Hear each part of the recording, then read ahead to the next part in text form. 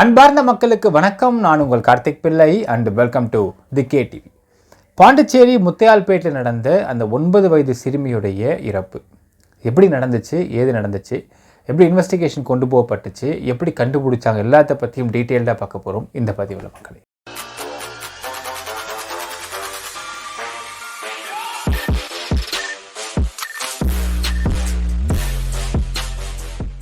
பாண்டிச்சேரி இருக்கக்கூடிய முத்தையால்பேட்டை அப்படிங்கிற ஒரு இடம், அந்த இடத்துல இருக்கக்கூடிய சோலை அப்படிங்கிற ஒரு நகரில் கிளிஞ்சல்மேடுன்ற ஒரு ஏரியா.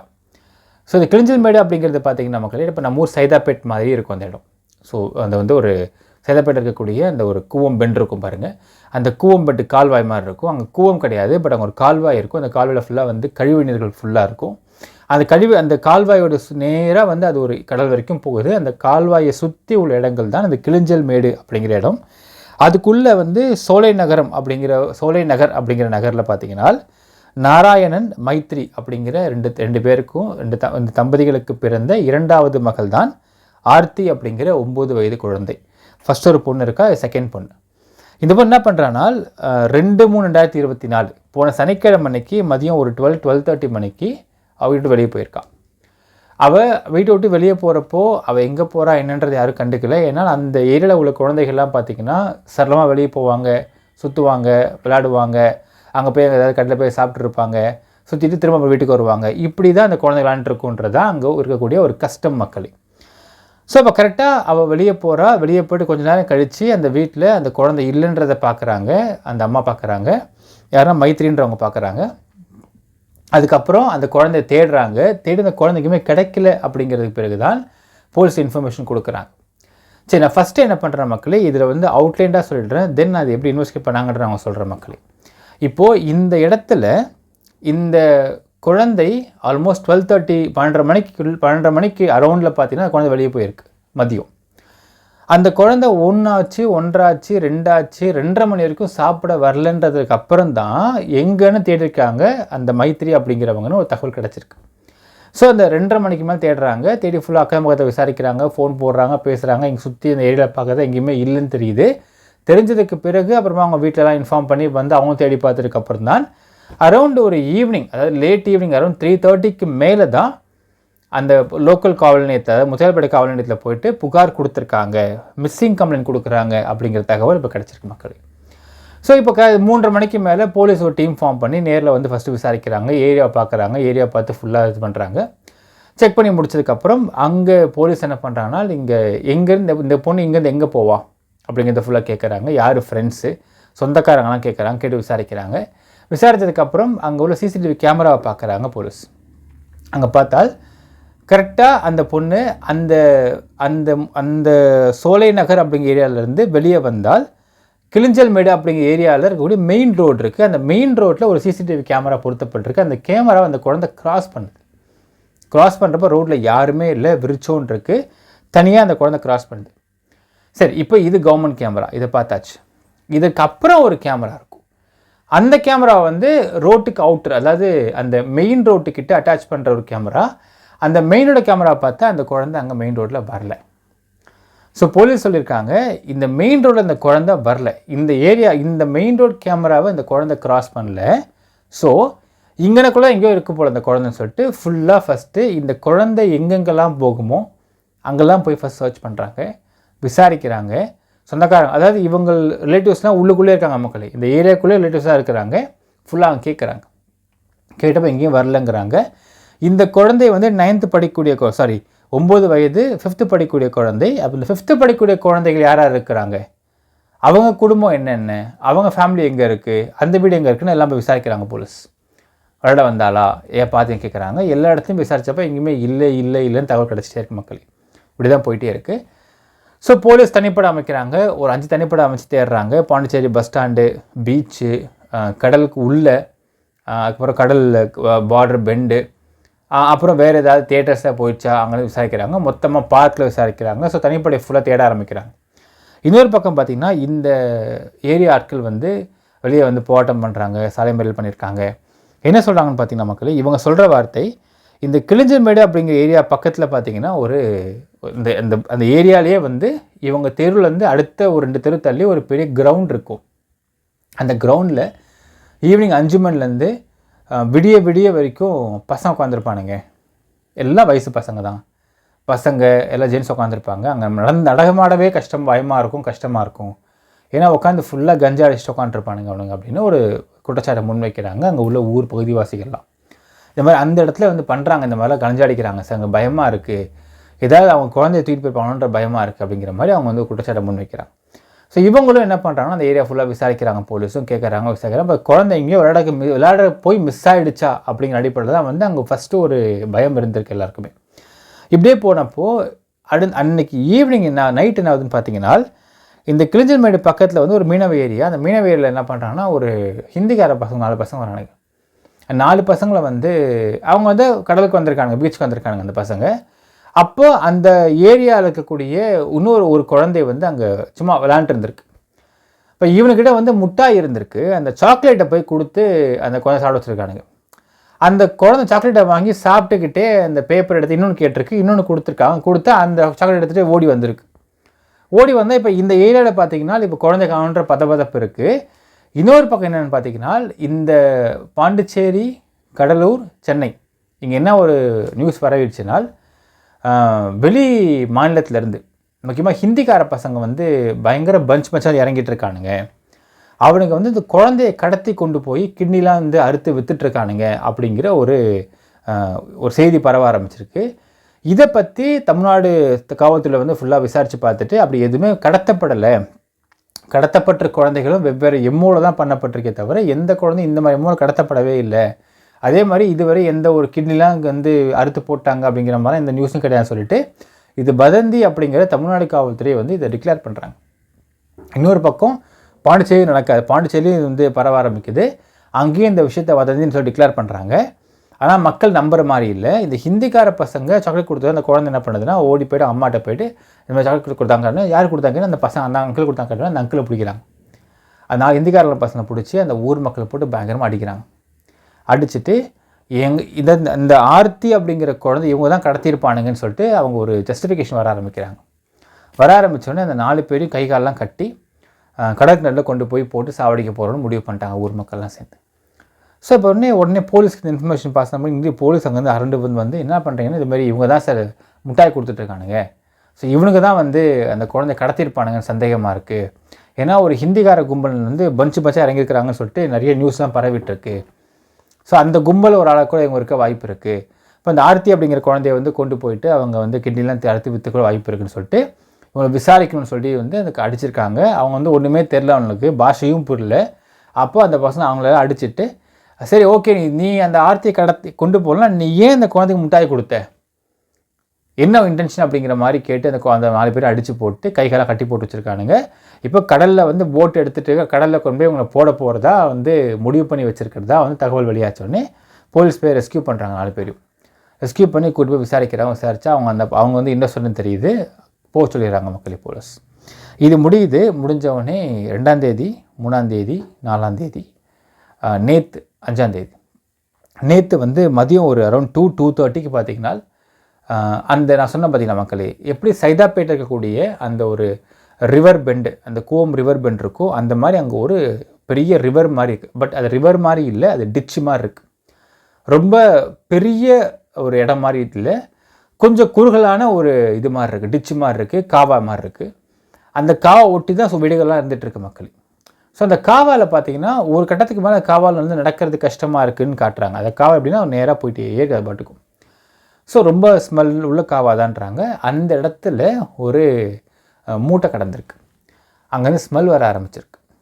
ஸோ இதை வந்து ஊர் மக்கள் இன்னும் இன்ஃபார்ம் பண்ண உடனே போலீஸ் உடனே அந்த மூட்டையை வந்து எடுத்து திறந்து பார்த்தா அங்கே இந்த ஆர்த்தி அப்படிங்கிற 9 வயது குழந்தை முகம்லாம் வந்து வீங்கி போய் ட்ரவுன் டெத்துன்பாங்க மக்கள். அதாவது எப்போவோ இந்த குழந்தையை உள்ளே போட்டிருக்காங்க, அது வந்து நல்லா ஊதி போய் உப்பி போய் லைட்டாக அழுகி போய் மேலே பயந்துட்டு இருந்திருக்கு. அது சுற்றி ஒரு துணி சுற்றப்பட்டிருக்கு, கை கட்டியிருக்கானுங்க, கால் கட்டியிருக்கானுங்க, வாய் கட்டியிருக்கானுங்க, ஃபுல்லாக உடம்பு ஃபுல்லாக ஒரு பெரிய துணி மாதிரி சுற்றி அதை கட்டியிருக்காங்க, இயற்கை கட்டிட்டு உள்ளே போட்டிருக்காங்க, அடையாளம் தெரியாமல் பார்த்துருக்காங்க. ஸோ அந்த குழந்தை உள்ளே மிதந்து வந்தாலுமே ஏதோ வந்து குப்பை மூட்டை மாதிரி தெரியுதுன்ற மாதிரி அப்படி தான் வந்து அந்த அடையாளம் தெரிஞ்சது மாதிரி காமிச்சிருக்காங்க அந்த இடத்துல. சரி, அந்த ஒரு காவல் என்னென்ன மிதக்கும்னு பார்த்தீங்கன்னா, எல்லா கருவும் மிதந்துட்டு தான் இருக்குது. அந்த காவல் எல்லா தெர்மாக்கோல்லேருந்து பிளாஸ்டிக்ஸ்லேருந்து எல்லா குப்பையும் துணிலாம் மிதந்துட்டு தான் இருக்குது. ஸோ அந்த துணி மிதந்துட்டு இருக்கிறோடனே இதுவும் துணி மாதிரி தான் இருந்திருக்கு. பார்க்குறப்போ ஸ்மெல் வர ஆரம்பித்ததுக்கு அப்புறம் தான் ஓகே ரைட்டு, அப்போ இது வந்து ஏதோ ஒரு விஷயம்னு பொருள்னு எடுத்து பார்த்தால் உள்ளே வந்து இந்த குழந்தை இருந்திருக்கு. உடனே அந்த ரெஸ்கியூ பண்ணி அந்த பாடியை வந்து கொண்டு போகிறாங்க. கொண்டு போயிட்டு டிக்ளேர் பண்ணுறாங்க போலீஸ். ஃபஸ்ட்டு இன்குவெஸ்ட் பண்ணி பார்க்குறாங்க. இன்குவெஸ்ட் பண்ணி பார்க்குறப்போ அந்த குழந்தைய வந்து கை கட்டியிருக்கு, கால் கட்டியிருக்கு, முகத்தில் சில இடங்களில் கீறல்கள்லாம் இருக்குது அப்படிங்கிறது தெரிய வருது இன்குவெஸ்ட் பண்ணுறப்போ. ஸோ இதை வச்சு பார்க்குறப்போ இது சம்வேர் இது வந்து க்ளோஸ் டு தி ரேப்பாக இருக்குமோ, பாலியலாக இருக்குமோ அப்படின்ற ஒரு சந்தேகம் வருது. இன்குவெஸ்ட்னால் ட்ரவுண்டை பொறுத்தளவுக்கு மக்களை எப்பவுமே உங்களுக்கு நார்மலாக வந்து ஒரு பெண் வந்து அடித்து சித்திரவதைப்படுத்தப்பட்டு பாலியல் துன்புறுத்தப்பட்டு இறந்திருக்கானால் நார்மலாக இருக்கப்போ ஈஸியாக தெரிஞ்சிடும். அதே நீங்கள் தண்ணியில் வந்து அந்த பிணம் வந்து ஊறி போய் வந்துச்சுனால் அந்த ட்ரௌனிங் அப்படிங்கிறது ரொம்ப ரொம்ப கொடுமையான விஷயம்.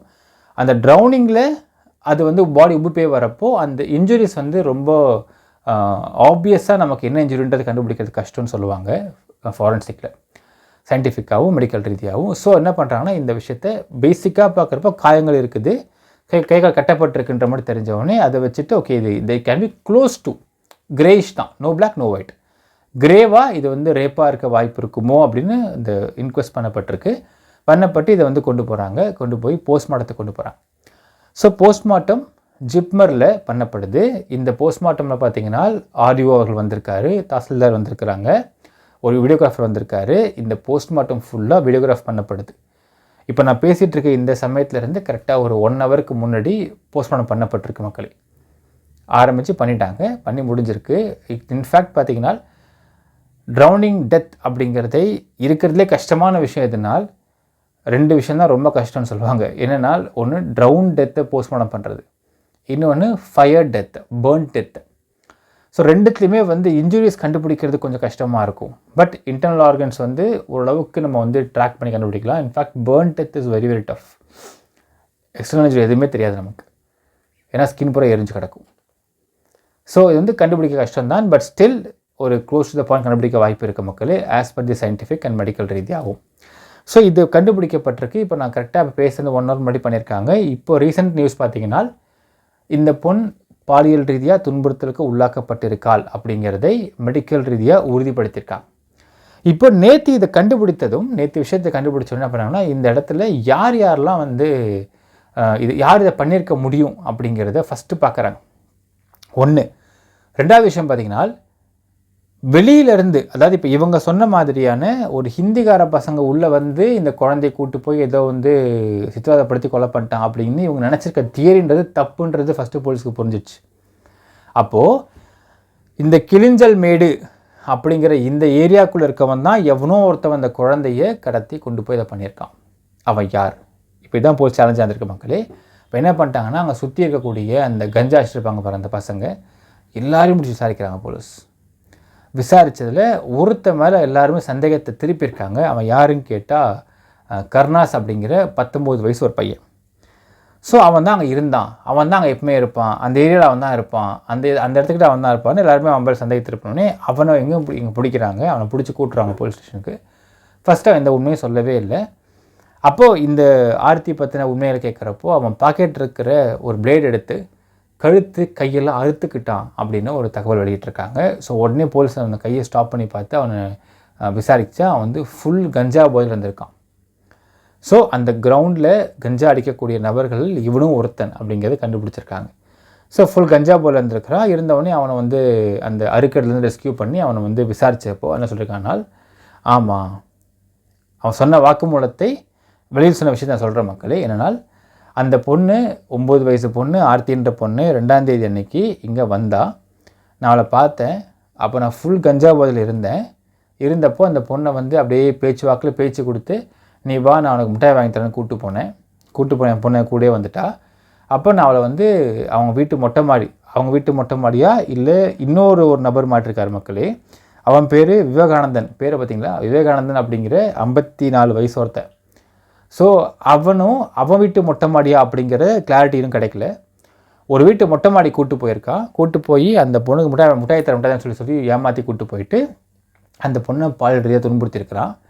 துன்புறுத்திட்ட சமயத்தில் இவங்கிட்ட கஞ்சா வாங்கி அடிக்கிறதுக்காக விவேகானந்தன் அப்படிங்கிற 54 வயசு நபர் வந்ததாகவும், அப்போ இந்த மாதிரி பொண்ணை அவன் பண்ணிட்டு இருந்த சமயத்தை பார்த்து நானும் பண்ணணும்னு சொல்லி கேட்டதாகவும், அங்கே வந்து 2 பேருக்கு சண்டை வந்ததாகவும், அப்போ இந்த இடத்துல அந்த பொண்ணு வந்து கத்தியிருக்கா.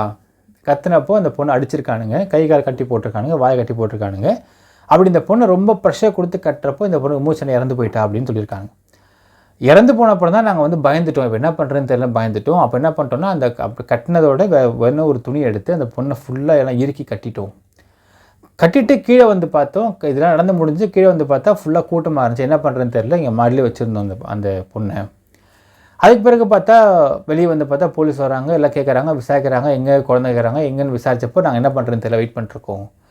அப்புறம் எல்லோரும் முடிஞ்சு ஓரளவுக்கு நைட்டு வந்து எல்லோரும் ஊர் அடங்கினதுக்கப்புறம் இந்த காவால் தூக்கி அந்த உடம்பு போட்டோம், பொண்ணு தூக்கி போட்டோம்.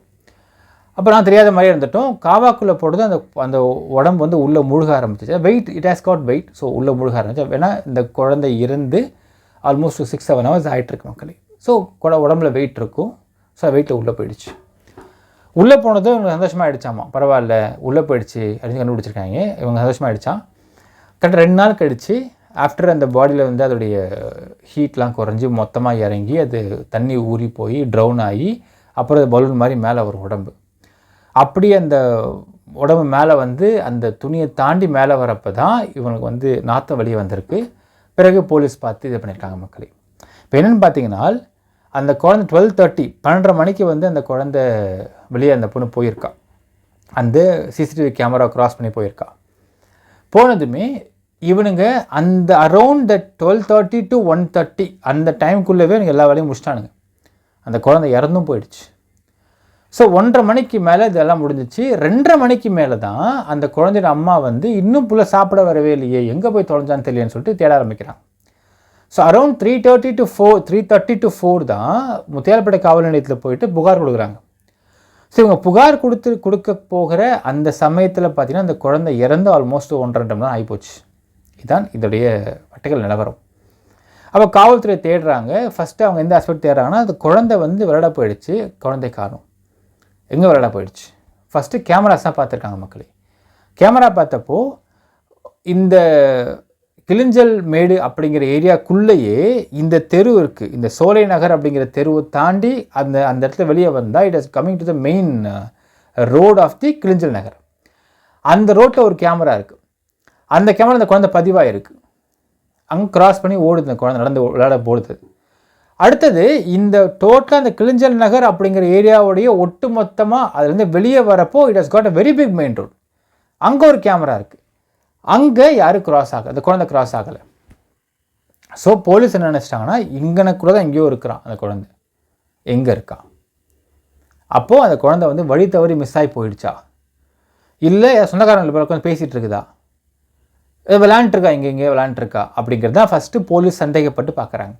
ஸோ அவங்களுக்கு என்னென்னா இந்த ஏரியாவுக்குள்ளே இருக்கக்கூடிய ஒருத்தனே, அதுவும் 19 வயசு சின்ன பையன் கருணாசன்ற பையனே இந்த குழந்தைய வந்து கொண்டு போய் அது இவங்களோட சொந்தத்தில் ஒருத்தவன் தான் கிட்டத்தட்ட சொல்ல போனால் பார்த்தீங்கன்னா.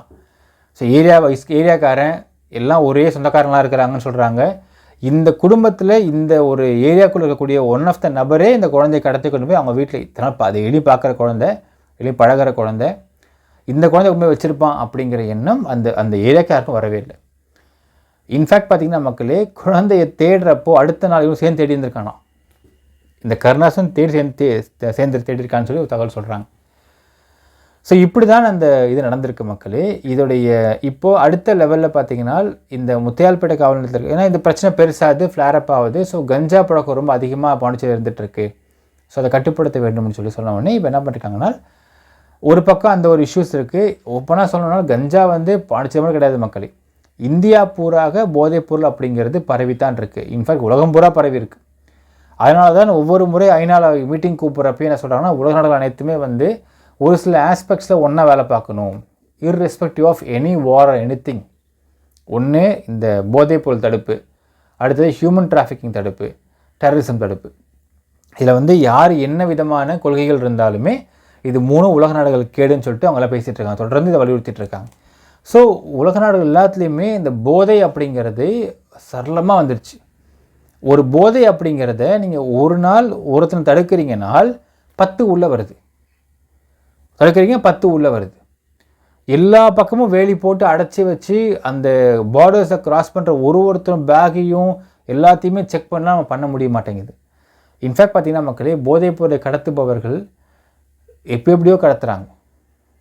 ஸோ அப்படி இருக்கும் பட்சத்தில் லாஜிக்காக ஒரு ஸ்டேட்டுக்கு இன்னொரு ஸ்டேட்டுக்கும் ஒரு டிஸ்ட்ரிக்ட்குள்ளே அப்படிங்கிறதே ட்ராவல் பண்ணக்கூடிய ஒரு பஸ்ஸையும் ஒரு காரையும் ஒரு பைக்கையும் ஒரு வேனையும் அப்படி ஆராய்ஞ்சு செக் பண்ணி எவனும் போதை கொண்டு போகாத அளவுக்கு பண்ணணும்னு சொல்லி நினைக்கிறதெல்லாம் முடியாத ஒரு காரியம்.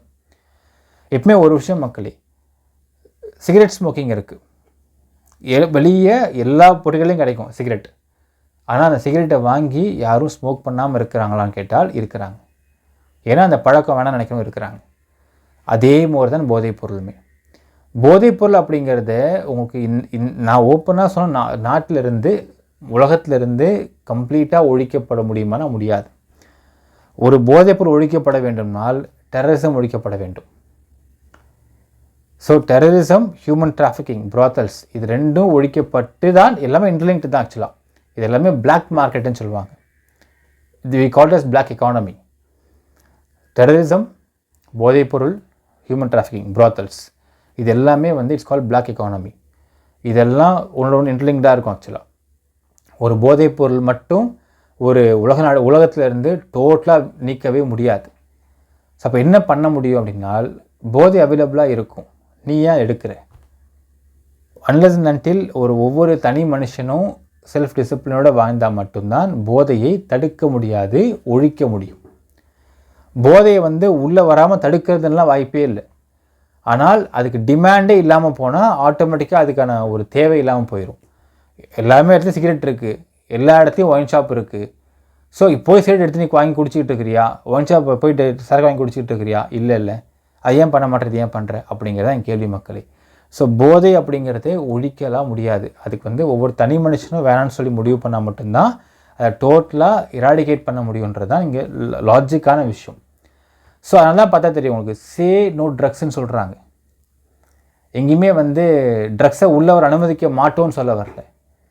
ட்ரக்ஸு வேண்டாம், உன் உடம்பை பாதிச்சுன்றாங்க. ஏன்னால் இதுக்கான டிமாண்டை கம்மி பண்ணால் தான் சப்ளை இல்லாமல் இருக்கும். எப்போ அங்கே போனால் இன்னும் போயிருப்பா, சரக்கு இன்னும் போயிருப்பான்னு நினைப்பாங்க. இதுதான் லாஜிக் மக்களே.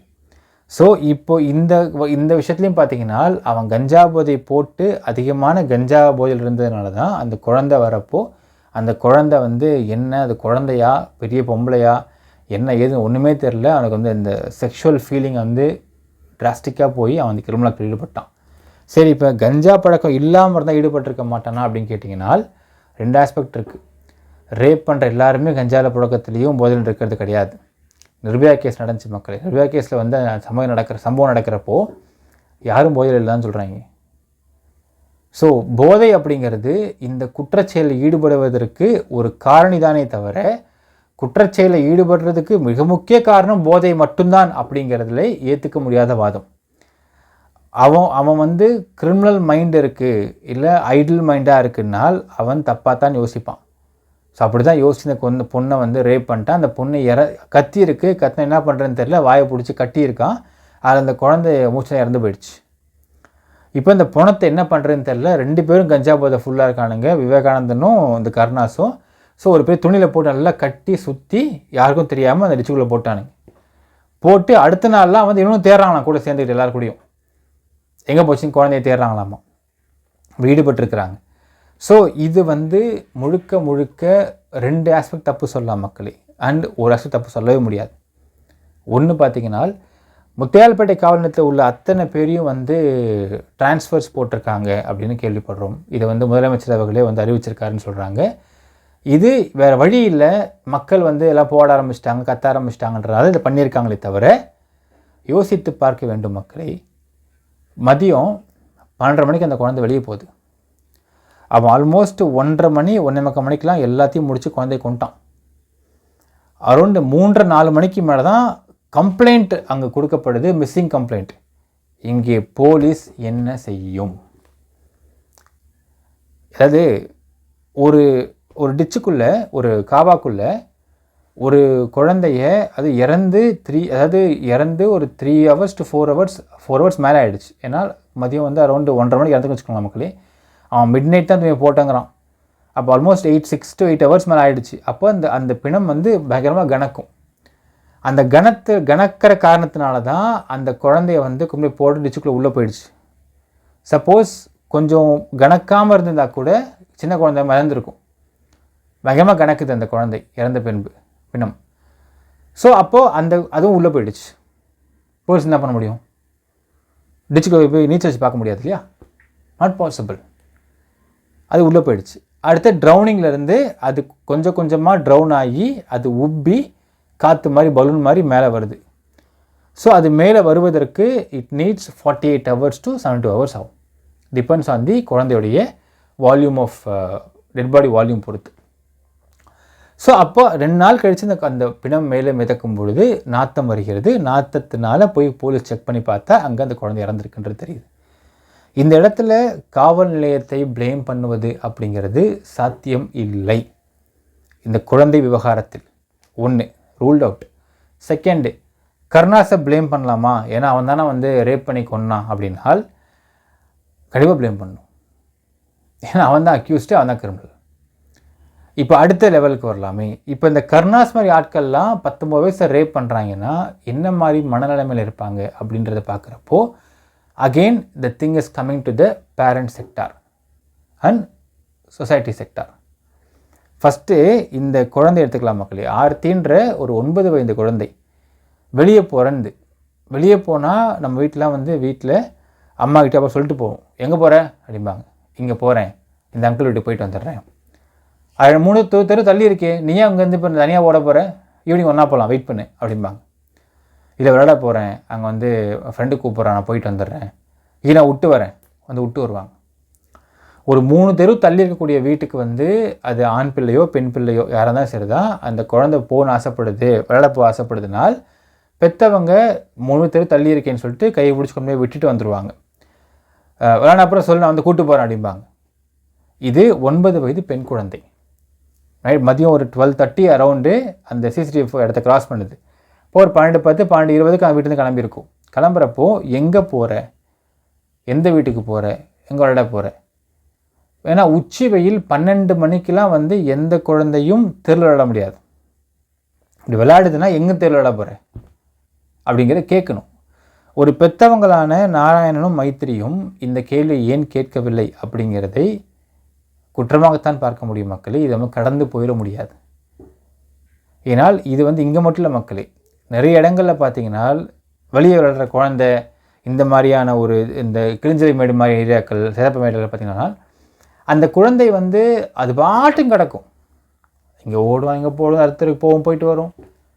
அப்போ அந்த குழந்தை எங்கே போகுது, ஏது போகுது, எங்கே போகுது அப்படிங்கிற விஷயத்தை அந்த அம்மாவை அவங்க பார்க்குற தவறிட்டாங்க. அப்படிங்கிறப்போ அங்கே தவறுக்க தான் செய்யுது மக்களே. ஏன்னா அந்த குழந்தை எங்கே போச்சுன்னு கேட்குறாங்க, விளையாட போச்சுன்னு சொல்கிறாங்க. எங்கே விளையாட போச்சு? இங்கே தான் ரோட்டில் விளையாட போச்சு அப்படிங்கிறாங்களாம் போலீஸ்கிட்ட. அப்போ போலீஸ் எங்கே போய் தேடுவாங்க? அப்போ எந்த வீட்டில் விளையாட போச்சு, எந்த குடும்பத்தில் போய் விளையாட போச்சு, எந்த தெரு விளையாட போச்சு, ஏதாவது ஒன்று சொன்னால் தானே அவங்க தேடுறது கொஞ்சம் வசதியாக இருக்கும். ஸோ இதுவும் பெற்றவங்க மேலே தவறு இருக்குது மக்களே. ஏன்னால் கருணாஸ் மாதிரியான பெற்றவங்களும் மேலே தவறு இருக்குது. தான் பிள்ளை என்ன பண்ணுறான், ஏது பண்ணுறான், கஞ்சாயிட்டாக இருக்கிறான்னா, ஏதாவது ஒரு டீனேஜ் வயசில் அவன் என்னென்ன ஆக்டிவிட்டி அவனுக்கு மனசில் இருக்குது, உடம்புல இருக்குது, என்ன ஹேபிட் அவன் பழகிட்டு இருக்கிறான், எத்தனை மணிக்கு வீட்டுக்கு வரான், என்ன ஹேர் ஸ்டைல் வச்சுருக்கான். அதாவது கென்யாவில் சொல்லுவாங்களாம் மக்களே, நார்த் கொரியா நினைக்கிறேன், நார்த் கொரியாவில் அந்த அதிபர் ஒருத்தர் இருப்பார், குண்டா புஜுன்னு இருப்பார், பலூன் மாதிரி. அந்த அதிபர் மாதிரியே தலைமுடி ஹேர் ஸ்டைல் வைக்கிறதுக்கு அங்கே பேண்டாம். ஸோ அந்த ஹேர் ஸ்டைல் மட்டும் தான் வச்சுக்கணும்னு சொல்லியிருக்காங்களா, சட்டமே இருக்குன்னு சொல்லி கேள்வி படிச்சிருக்கேன். அந்த மாதிரி நம்ம ஊரில் பார்த்தீங்கன்னா அந்த புல்லிங்கோ ஹேர் ஸ்டைல் வச்சுருக்கானுங்க. அந்த புல்லிங்கோ ஹேர் ஸ்டைல் அப்படிங்கிற விஷயத்தை பேன் பண்ண வேண்டும். அது பார்த்தாலே அருவருப்பாக இருக்குது. அக்யூஸ்டுன்றது அப்பட்டமாக தெரியுது, மூஞ்ச பார்த்தான்ற மாதிரி இருக்குது அந்த ஹேர் ஸ்டைல். அது வேறு அந்த முடியை வச்சுருப்பானுங்க, அந்த முடி எண்ணெய் போட மாட்டானுங்க, தலையை சீவ மாட்டானுங்க, அப்படியே பங்குற மாதிரி கிடக்கும். இந்த மாதிரியான ஒரு உருவ அமைப்பில் பார்க்குறப்பவே நமக்கு ஒரு விதமான சந்தேகம் தான் வருது. சும்மா அந்த ஹேர் ஸ்டைலை பிளாக் பண்ணணும். அப்போ யார் சொல்லணும்? அம்மா கீழே வீட்டில் பெற்றவங்க சொல்லணும். 19 வயது மக்களே, அவனுக்கு கஞ்சாக்கு எங்கேருந்து பணம் கிடைக்குது? வேலை பார்க்குறானா? என்ன வேலை பார்க்குறான்? பார்க்கலனா எப்படி பணம் கிடைக்குது? இப்போ பெற்றவங்க கொடுத்துட்ருக்காங்க. எப்படி கொடுக்குறாங்க? ஏன் கொடுக்குறாங்க? ஏன் கண்டிக்க மாட்டேன்றாங்க? இவ்வளவு கேள்விகள் இருக்கிறது. இந்த சமுதாயத்தில் குற்றங்களை குறைக்கணும், அது இந்த மாதிரி குற்றங்களை குறைக்கணும்னா பாருங்கள் மக்களே, ரெண்டுமே சின்ன பசங்க. அது 9 வயது குழந்தை, இவன் 19 வயசு. இப்போ தான் அந்த டீனேஜ் தாண்டி இப்போ தான் மேஜர் ஆகியிருக்கான் அந்த பையன். மேஜரே 1 வருஷம் ஆகுது. ரெண்டுமே உலகம் தெரியாத ஒரு வயது தான். 9 வயசு குழந்தை ரொம்ப பாவம், இவன் உலகமே தெரில அவனுக்கு. இந்த வயசில் அவன் போதை தலைக்கு ஏறி போய் தப்பு பண்ணுறான். அப்போ இந்த தப்பை அவன் பண்ணாமல் தப்பை இன்றைக்கி நேற்று அவன் கஞ்சா அடிச்சிருக்க மாட்டான், அவன் பல வருஷமாக அடிச்சிட்ருக்கான். அப்போ அந்த தப்பை அவன் பண்ணாமல் இருக்கணும்னா யார் இதுக்கு பொறுப்பெடுத்துக்க முடியும்? பெற்றவங்க தான் பொறுப்பெடுத்துக்க முடியும். ஸோ பெற்றவர்கள் மேலேயும் பெற்றவங்க மேலேயும் பெரிய ஒரு குற்றச்சாட்டும் ஒரு பொறுப்பும் இருக்குது அப்படிங்கிறதை நான் இங்கே மிகுதியாக பார்க்கிறேன் மக்களே. ஸோ இது வரைக்கும் இன்னும் பிஎம் ரிப்போர்ட் வரல. வந்ததுனால கண்டிப்பாக அதை பற்றி நிச்சயமாக பேசுவோம். இப்போதைக்கு இந்த கருணாஸ் விவேகானந்தன் இவங்களை கொண்டு போயிருக்காங்க, கஸ்டடி கொண்டு போயிருக்காங்க. இன்னும் ரிமாண்ட் பண்ணல, விசாரிச்சிட்ருக்காங்க. போலீஸ் அரெஸ்ட் பண்ணியிருக்காங்க, விசாரிச்சிட்ருக்காங்க. இன்னில் யாராவது ஈடுபட்டிருக்காங்களா, நடந்துச்சான்று விசாரிச்சிட்ருக்காங்க. இப்போ என்னென்னா போலீஸ்க்கு என்ன ஒரு மிகப்பெரிய சேலஞ்சாக இருக்குன்னு பார்த்தீங்கன்னா, இந்த 2 பேரையும் பத்திரமா ரிமாண்டுக்கு கூட்டு போய் ரிமாண்ட் பண்ணுறது தான் மிகப்பெரிய சேலஞ்சாக இருக்குது இப்போது. ஏன்னால் மக்கள் கூட்டிகிட்டே இருக்கிறாங்க, மக்கள் அங்கே போட்டோ வெடிச்சிக்கிட்டே இருக்குது, மக்கள் ஒன்று கூட்டிகிட்டே இருக்கிறாங்க. எல்லா அரசு அலுவலகம் முன்னாடியும் மக்கள் கூட்டி போராட்டம் பண்ணுறாங்க. எங்ககிட்ட அவனை விட்டுருங்க, அடித்தே கொண்டுருவோம் அப்படிங்கிறாங்க மக்கள், விச் இஸ் அகெயின்ஸ்ட் த லா. அவங்க சொல்கிறாங்க, போலீஸ் சொல்கிறாங்களாம், சரி நான் கொடுத்துட்றோம்மா, நீங்கள் அடித்து கொண்டுருங்க, உங்கள் எல்லாருமே நான் கொலை கேஸ் போடுவோம் கேட்குறாங்க போலீஸ். வெரி வெரி வேலிடான பாயிண்ட். நீங்கள் கொண்டுருங்க, எத்தனை பேர் கொண்டு எழுதி கொடுத்துட்டு கொண்டுருங்க, நான் கொலை கேஸ் போட்டு எல்லாமே சொல்கிறாங்கண்ணா போலீஸ். Very valid point. முதல்ல உங்களோட எமோஷன்ஸு மண்ணங்கட்டெலாம் தூக்கி ஓர வைக்கணும் மக்களே. முதல்ல அந்த ஒரு வீட்டு குழந்தை இப்போ வெளியே போராடக்கூடிய இந்த போராட்ட செம்மல்கள், இந்த தியாகிகள்லாம் ஒரு விஷயத்தை புரிஞ்சுக்கணும். முதல்ல அந்த குழந்தை வீட்டிலேருந்து வெளியே போகுது, 9 வயசு குழந்தை வெளியே போகுதுன்னா அது எந்த வீட்டுக்கு போகுது, எந்த இடத்துக்கு போகுது அப்படிங்கிறத கூட நீங்கள் கேட்குறதுக்கு நீங்கள்லாம் இல்லைனால், அப்போ it becomes privilege for the criminals to hack and kidnap and do whatever. இந்த அறிவு முதல்ல வரணும். இன்றைக்கி ஒரு சம்பவம் நடந்தவுடனே வெளியே வந்துக்கிட்டு அப்படியே இப்போ தான் சமூக ஆர்வலர்கள் அப்படியே தேச செம்மல்கள் எல்லாம் போராடிக்கிட்டும் பேசிட்டு உட்காந்துட்டுருக்குறாங்க, போராடிட்டுருக்காங்க மக்களே. ஃபஸ்ட்டு ஒரு விஷயம் புரிஞ்சுக்கணும், முதல்ல அந்த அம்மாவை கேளுங்க. ஏமா ஒரு 12:30 மணிக்கு குழந்தை வெளியே போகுது, எங்கே போதும் கேட்க மாட்டேன், கேளுங்க. காவல்துறை விசாரிக்கப்போ சொல்கிறாங்க, இங்கே தான் விளையாட போச்சு நான் பார்த்தேன் அப்படிங்கிறாங்க. என்ன பாண்டிச்சேரி குட்டியோண்டு ஏரியாவா? எங்கே போய் தேடுவாங்க காவல்துறை மட்டும் அந்த குழந்தைய? தேடுறாங்க தான், of course is their job, but where, எங்கே? அதான் பார்க்குறாங்க, கேமரா வச்சு பார்க்குறப்ப இங்கே இடத்துல இந்த குழந்தை வெளியே போகவே இல்லைன்றாங்க. இங்கே ஒரு இடத்த எடுத்துகிட்டு கேட்குறாங்க காவல்துறை, பட் கண்டுபிடிக்க முடியல. ஒரு விஷயம் பார்க்கணும் மக்களே, காவல்துறை இந்த மாதிரி சஸ்பீஷியஸான ஒரு டெத்தில் ஒரு வீட்டை தட்டி கேட்குறப்போ ஒரு 3 பேர் போவாங்க காவல்துறை. ஒருத்தவங்க தான் அவங்க கூட பேசிகிட்டு இருப்பாங்க, மற்ற 2 பேர் வீடு பூரா வீடு விட்டே இருக்கும், வீட்டில் என்ன நடக்குன்னு பார்த்துட்டே இருப்பாங்க. எனி சஸ்பீஷியஸ் சவுண்ட் வந்தால் உடனே தள்ளி விட்டு உள்ளே போய் சர்ச் பண்ணுவாங்க. இதுக்கு மேலே என்ன பண்ண முடியும் காவல்துறை? ஏன்னா இன்னொரு விஷயம், இந்த கம்ப்ளைண்ட், மிஸ்ஸிங் கம்ப்ளைண்ட் கொடுக்கப்பட்டதுமே காவல்துறை வேலையை இறங்கிட்டாங்க. ஆனால் மிஸ்ஸிங் கம்ப்ளைண்ட் கொடுக்க போன ஒரு 1.5 மணி நேரத்துக்கு முன்னாடியே குழந்தை இறந்தே போயிடுச்சு. ஏன்னால் இந்த ஒரு ஸ்டேட்மெண்ட் வச்சு நான் பேசிகிட்டு இருக்கேன் மக்கள். இன்னும் போஸ்ட்மார்ட்டம் ரிப்போர்ட் ரொம்ப ரொம்ப தெளிவாக தெரிஞ்சு போயிடும், என்னென்ன பண்ணால் குழந்தையும் தெரிஞ்சு போயிடும் நீட்டாக. ஸோ இப்போது இதில் காவல்துறையை ப்ளேம் பண்ணுறது அப்படிங்கிறது நாம் விசாரித்து பார்க்கும் பொழுது there is no logic point. இங்கே ப்ளேம் பண்ண வேண்டிய முக்கியமான நபர்கள் பேரண்ட்ஸ். 2வது ட்ரக் உள்ளே வர்றதுக்கு அரசாங்கம். அண்ட் அஃப்கோர்ஸ் அந்த காவல்துறை சொன்ன நேர்மையான விஷயம், அந்த காவல்துறையை ப்ளேம் பண்ணி கஞ்சா அதிகம் புழங்கிட்டு இருக்கு அப்படின்னீங்கன்னா அதை கண்ட்ரோல் செய்யலாம். எப்படி? போலீஸை பார்த்தா எழுந்து ஓடுவான், அவ்வளோதான். ஆனால் கஞ்சா புழக்கத்தையே நிறுத்துவது அப்படிங்கிறதுலாம் சாத்தியமே இல்லை. கஞ்சா புழக்கத்தையோ இல்லை போதை புழக்கத்தையோ நிப்பாட்ட முடியாது, அதுக்கு போதை பழக்கத்தை தான் நிப்பாட்ட முடியும். புழக்கத்தை நிப்பாட்டுவது சாத்தியமல்ல, பழக்கத்தை நிப்பாட்டினாதான் அது புழக்கம் இல்லாமல் போகுன்றது தான் இங்கே லாஜிக்கான பாயிண்ட் மக்களே. என்ன நினைக்கிறீங்க அப்படிங்கிறதையும் கமெண்ட்டில் மென்ஷன் பண்ணுங்கள். நன்றி, வணக்கம்.